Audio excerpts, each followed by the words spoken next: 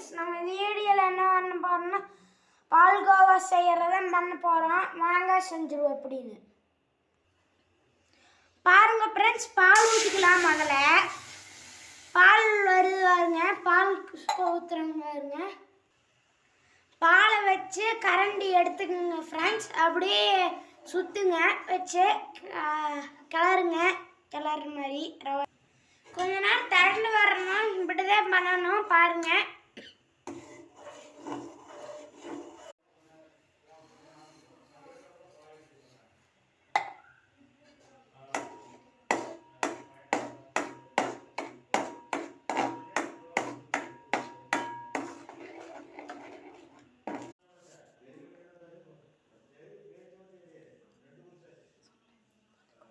Palkova ready. எல்லாரும் வாங்க நல்லா